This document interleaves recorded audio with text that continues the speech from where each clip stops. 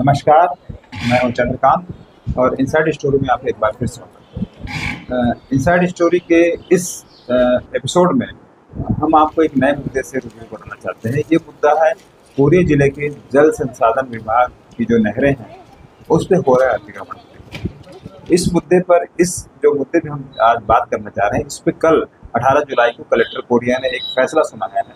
उस फैसले का मैं स्वागत करता हूँ।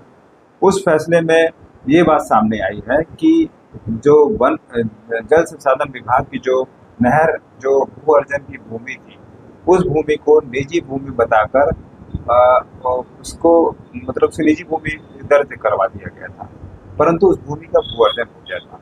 तो जिसके बाद कलेक्टर कोरिया ने मामले में फैसला सुनाया है। इसमें हुआ ये कि आपको बता दूं 1975 में जब ये जुमका जलाशय का निर्माण हुआ तो उस समय भूमि का भू अर्जन किया गया, आसपास की भूमि का अधिग्रहण किया गया और इस अधिग्रहण में बाकायदा उन्हें मुआवजा भी दिया गया था। परंतु ऐसा कुछ किया गया बीच में कि उस भूमि को निजी नाम से, क्योंकि ऐसी भूमि का नामांतरण नहीं हुआ। नामांतरण नहीं होने के कारण वो भूमि अभी भी उन्हीं का नाम लिख रही थी जिनको मुआवजा मिल चुका था। और इस मामले में जल संसाधन विभाग के जो एसडीओ हैं, इंजीनियर हैं और वहाँ के आमीन की भूमिका बड़ी संदिग्ध रही है और उसी के कारण जो जल संसाधन विभाग की भूमि थी उस भूमि को निजी भूमि बता दिया गया और इसमें तत्कालीन जो तहसीलदार थी उनके खिलाफ भी एफआईआर के निर्देश दिए गए।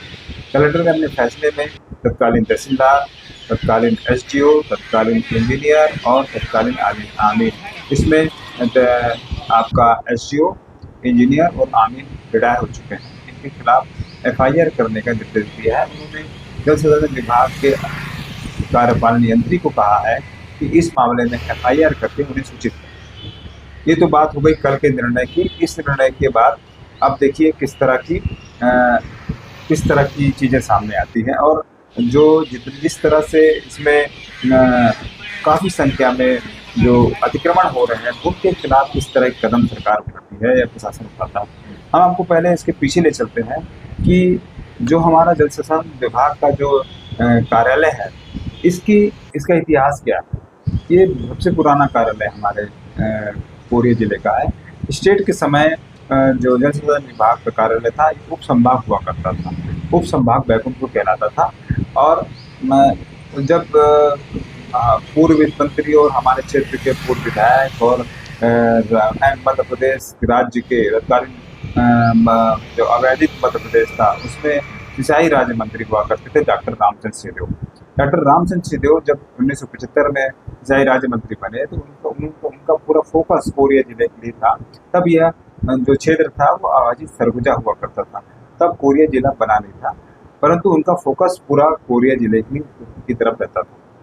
तब 1976 में जब ये उप संभाग हुआ करता था तब 1976 में जल संसाधन विभाग का यहाँ पे कार्यालय शुरू हुआ और इस कार्यालय में कोल डिवीजन का नाम दिया गया। पहले आपको बताऊं, उसके पहले आप हैरान होंगे, उसके पहले बैकुंठपुर जो उप संभाग हुआ करता था वो रीवा के बाण सागर डिवीजन के अंतर्गत आता था। आप सोचिए कहाँ रीवा और कहाँ कोरिया और बैकुंठपुर, उसके अंतर्गत ये काम करता था। यहाँ के अधिकारियों को कुछ भी काम होता था तो रीवा जाना पड़ता। और जब कोरिया कुमार सिंचाई मंत्री बने, आदरणीय कोरिया कुमार सिंचाई मंत्री, तो उन्होंने इस क्षेत्र को सिंचाई के विकास में महत्वपूर्ण उनकी भूमिका रही और तब यहाँ पे 1976 में जल संसाधन विभाग का डिवीजन की शुरुआत हुई।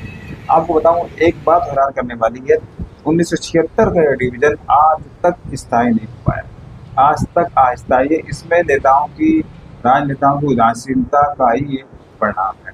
जबकि जिला बनने के बाद जब ये जिला बना था कोरिया तब इसको स्थायी कार्यालय हो जाना था। इसके बाद का रामानुजगंज डिवीजन बना है वो स्थायी हो गया, तो कोरिया डिवीजन अभी तक स्थायी नहीं हो पाया। कहानी बताने का मेरा मुख्य उद्देश्य ये है कि उस 1976 के बाद से आज तक हजारों ऐसे प्रकरण हैं जिसमें राजस्व विभाग के द्वारा इन जो भू अर्जन की भूमि है उसको आज तक दुरुस्त नहीं किया। मैं आपको बताऊँ अविभाजित कोरिया में कुमार साहब की पहल से 125 माइनर और 2 मध्यम लघु सिंचाई परियोजना है। बड़े बड़े शहरों में मध्यम परियोजना एक आध रहती है। कोरिया जिले की और जिला मुख्यालय कोरिया में उनका विशेष आशीर्वाद था। यहाँ पे गेज और झुमका जैसी 2 बड़ी मध्यम परियोजना यहाँ पे उन्होंने लाई और अभी उससे ही हमको सबको फायदा हो रहा है। आपको बताऊं कि 125 माइनर इस तरह से मिला के इतनी परियोजनाओं के आसपास के जो भू अर्जित की गई थी, जिसका मुआवजा भी दिया गया था, जिसके बाद ये योजनाओं को बनाया गया। परंतु अभी तक हजारों ऐसे प्रकरण हैं जिसमें राजस्व विभाग के द्वारा नामांतरण नहीं किया गया और इस नामांतरण नहीं करने से हो ये रहा है कि ऐसी भूमियों में अभी भी वही उन्हीं लोग के नाम से वो काबिज है। इसका फायदा उठा रहे हैं दलाल और ऐसे में ऐसे सैकड़ों केस हैं, 300 के लगभग केसेस जिसमें तो अतिक्रमण नहरों पे हो चुका है और अतिक्रमणधारी उसमें कब्जा जमाए बैठे हैं, कोई उनको हटाने नहीं चाहता। अब दूसरा ये बात है कि इनको हटाएगा कौन? जल संसाधन विभाग अपनी रिपोर्ट राजस्व विभाग को, प्रशासन को देता है कि इतने प्रकरण दर्ज हैं, इतने लोगों ने अतिक्रमण कर रखा है, पर उनको अभी तक हटाने का कोई कार्रवाई नहीं हुई है। सिर्फ पहला एक दर्ज हुआ था अरवाल सिटी में और दूसरा मामला अभी दर्ज नहीं हुआ। सिर्फ 2 ही प्रकरण अभी तक सामने आए, जबकि ऐसे मामलों पे प्रशासन कभी इस ओर ध्यान नहीं देता है। इसीलिए नहरों पे जहाँ बहुत ज़्यादा मात्रा में अतिक्रमण हो रहा है और इससे नुकसान ये हो रहा है कि जिस उद्देश्य के लिए नहरें बनाई गई हैं, इस उद्देश्य को पूर्ति इन अतिक्रमण करने वालों के कारण वो नहीं हो पा रही है। वो जो पानी वहाँ तक पहुँचना चाहिए टेल तक, तो पानी नहीं पहुँच रहा, बीच में अतिक्रमण के कारण वो पानी वहीं रुक जा रहा है। अब आपको बताऊं कि ऐसे करीबन 300 प्रकरण, 300 के लगभग प्रकरण है अवैधिक कोरिया और कोरिया में ही काफ़ी संख्या में लोगों ने नहरों पे कब्जा जमा के बैठे हैं, परंतु उस पर कोई कार्रवाई नहीं की। अब आपको और बताऊं, जब हमने इस तरह की खबरों को उठाया था, हम लगातार नहरों पे हो रहे अतिक्रमण को लेकर इनसाइड स्टोरी कई खबरें लगा चुका है। हमने बीच में जब खबर लगाई थी कि वन विभाग की जो भूमि है, वन विभाग की क्वार्टर गायब हो गई, उनकी भूमि गायब हो गई। उसमें हमने एक पैरा लिखा था कि जल संसाधन विभाग की हजारों हेक्टेयर भूमि इस तरह से उनका नामांतरण नहीं हुआ और वो अभी तक जल संसाधन के नाम से नहीं हो पाई है। जिसके बाद हुआ ये कि कलेक्टर कोरिया ने भी एक टीम बनाई है और उसमें कई अधिकारियों को शामिल किया है जो ये देख रहे हैं कि कहाँ अतिक्रमण है और किस तरह का अतिक्रमण।